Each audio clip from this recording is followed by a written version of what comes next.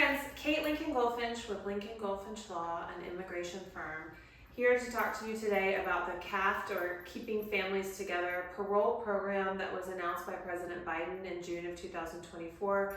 And on August 19th, immigration began accepting applications, and believe it or not, there have already been approvals of those applications that were submitted in one day. They're really moving through these things fast. Time is of the essence for these applications, so I want to do this video to just share with you all the high points of the program, so hopefully this will answer a lot of the frequently asked questions. This program is a parole program announced by the president for undocumented spouses of U.S. citizens. Historically, an undocumented spouse who has entered the country without a visa, who's married to a U.S. citizen, has to go through the consular process to get their green card. They have to file an I-130, then they have to file a waiver, then they have to go through the consular process, and under recent processing times, all of that together can take up to 6 years for a spouse of a U.S. citizen to get their green card. And during that time, they don't have a work permit, they don't have a social security number, they don't have a driver's license, they don't have protection from deportation, and it just doesn't make a lot of sense. So, very wisely, the Biden administration has announced this parole program, which essentially provides an inspection and admission, it's a legal fiction, to these undocumented spouses so that they are then eligible to adjust status in the United States to permanent residence. So it does away with the requirement of needing a waiver or of needing the consular process. You get your green card inside the United States.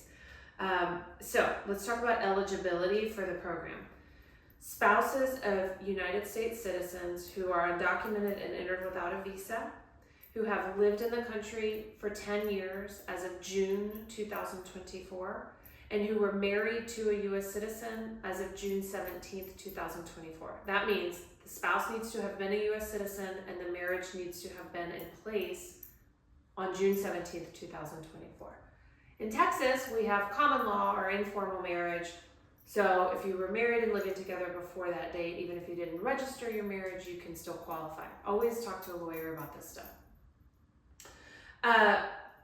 You also have to show no criminal convictions, that you merit a favorable exercise of discretion. That means you're a good person and you should get this benefit.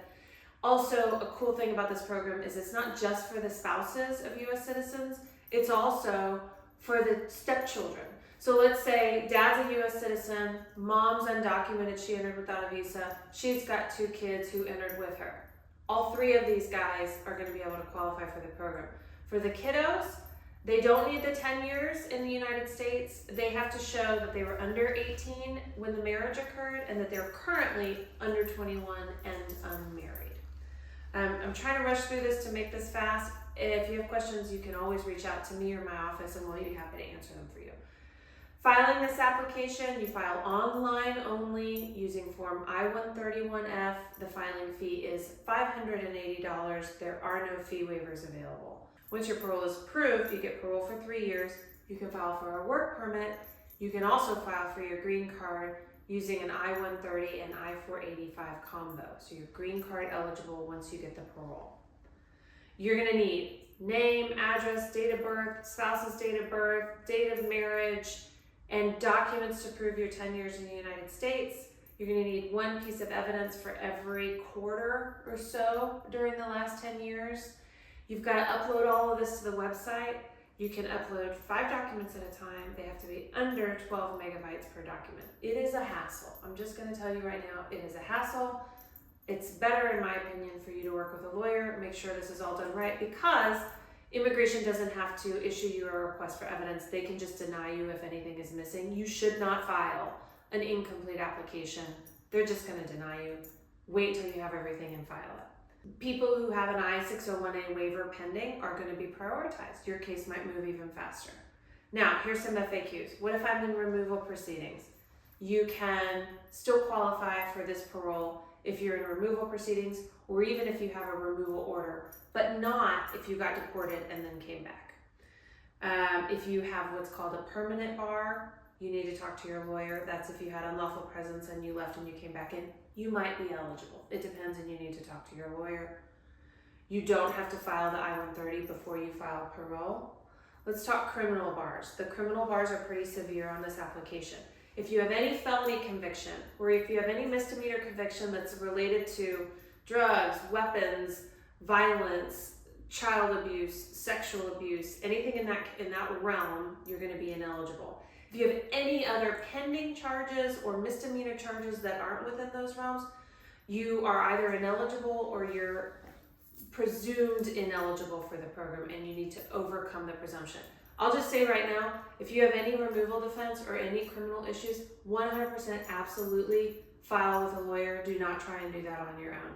If you have DACA, be very careful because you cannot renew your DACA if you have parole under the current FAQs.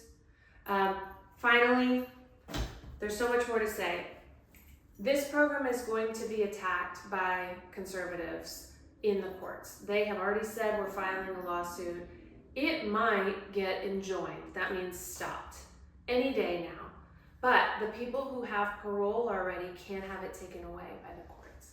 So if you are married to a U.S. citizen, you entered without a visa, or your kiddos entered without a visa and their step-parent is a U.S. citizen, please, doesn't have to be me that you call a lawyer, someone who can help you get this thing filed, because you need to get your parole before the program goes away, either through a lawsuit or through an election, because we know that a Republican president, if elected, would cancel this program.